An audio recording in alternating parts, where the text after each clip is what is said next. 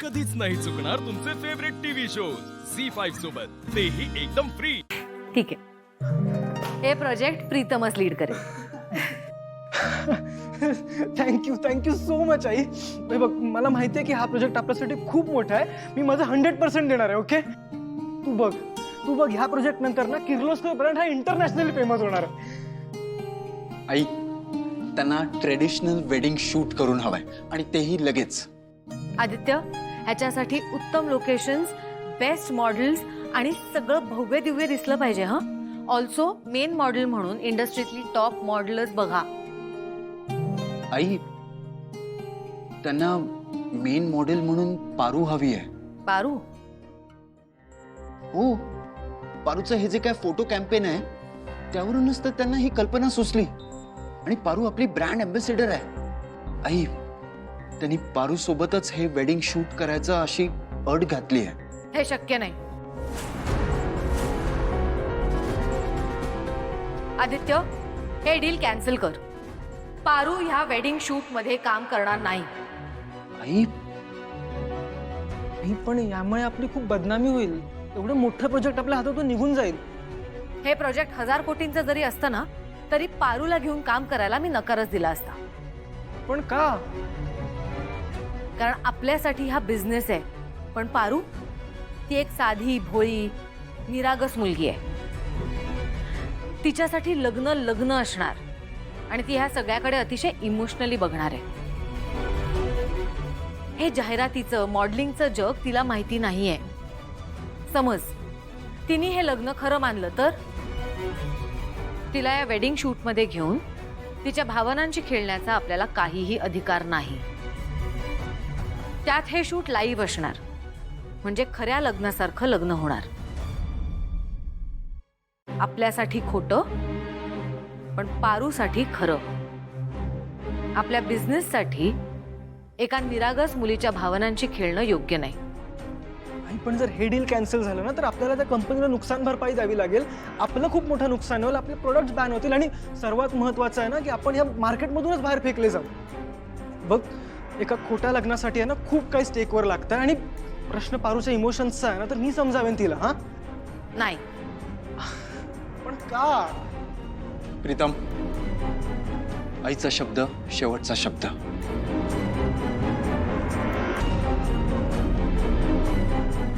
आई, मी मॅकला phone करून ही deal cancel करतो.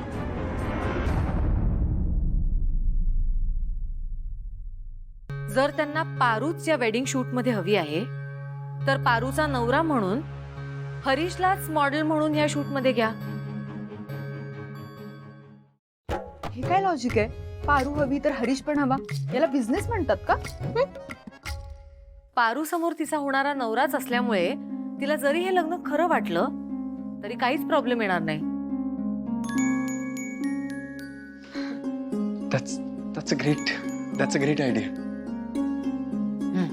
पण आदित्य, या प्रोजेक्ट मधल्या प्रॉफिट मधला 1% पारू आणि हरीशला द्यायचा.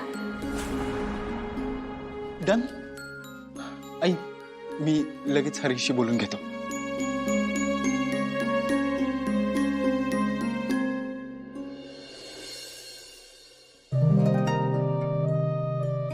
Thank you so much I. This means a lot.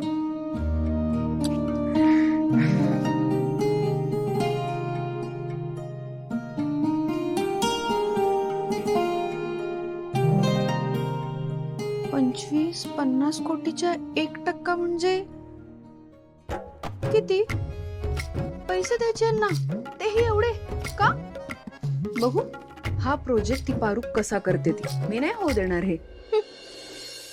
Maruti मामा, खूप मोठं शूट आहे. पारूला घेऊन लग्नाचं शूट करायचं आहे आणि आईनी परवानगी दिली. आई म्हणाली की हरीश जर याच्यात काम करू शकतो तर पारू पण काम करू शकते. ओके, अहिल्या मॅमना तसं हवं असेल तर मी तयार आहे. वा, आदित्य सर, मी हे नाही केलं तर चालणार नाही का? पारू, त्यांनी अटच तशी घातली की त्यांना तुझ्यासोबत शूट करायचं. इनफॅक्ट त्यांनी डीलच तसं केलं आणि उद्याच ते आपल्या कंपनी सोबत येऊन कॉन्ट्रॅक्ट साइन करणार आहेत. कॉन्ट्रॅक्ट म्हणजे? कॉन्ट्रॅक्ट म्हणजे करार. म्हणजे ते आपल्याला काय देणार आहेत, त्या बदल्यात आपण त्यांना काय डिलिव्हर करणार आहोत, नियम वाटी असं सगळं.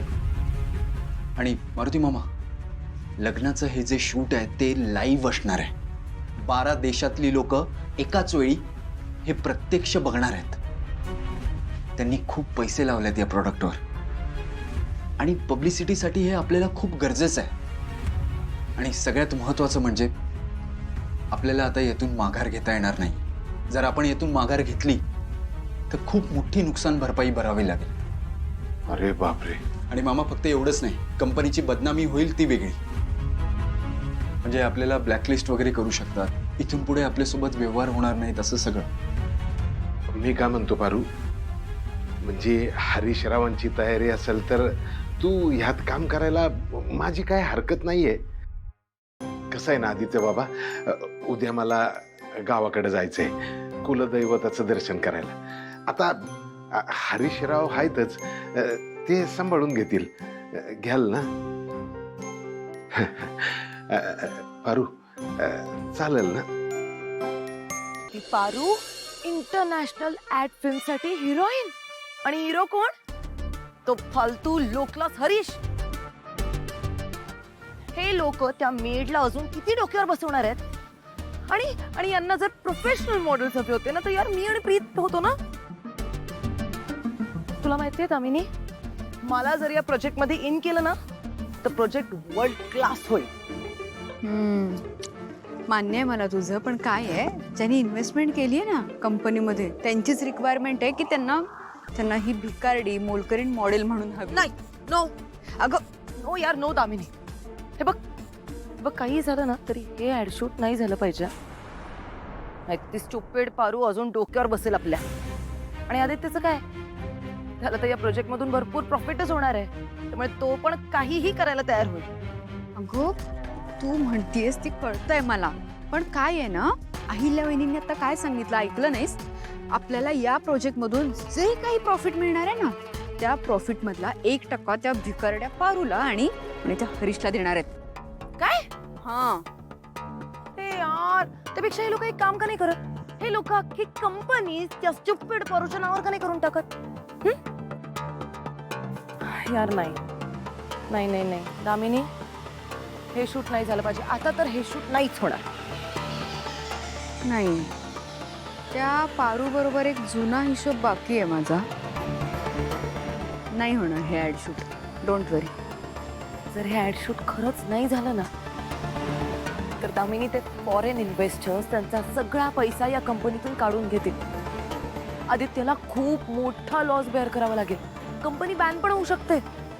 आणि मग त्यानंतर तरी आदित्य आणि सासूमामचे डोळे उघडतील आणि त्या पारूला तिची लायकी दाखवून देतील.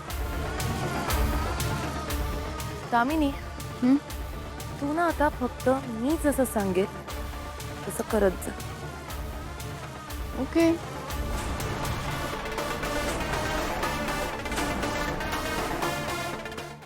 झी5 ॲप डाउनलोड करा आणि पहा सर्व एपिसोड्स एकदम फ्री.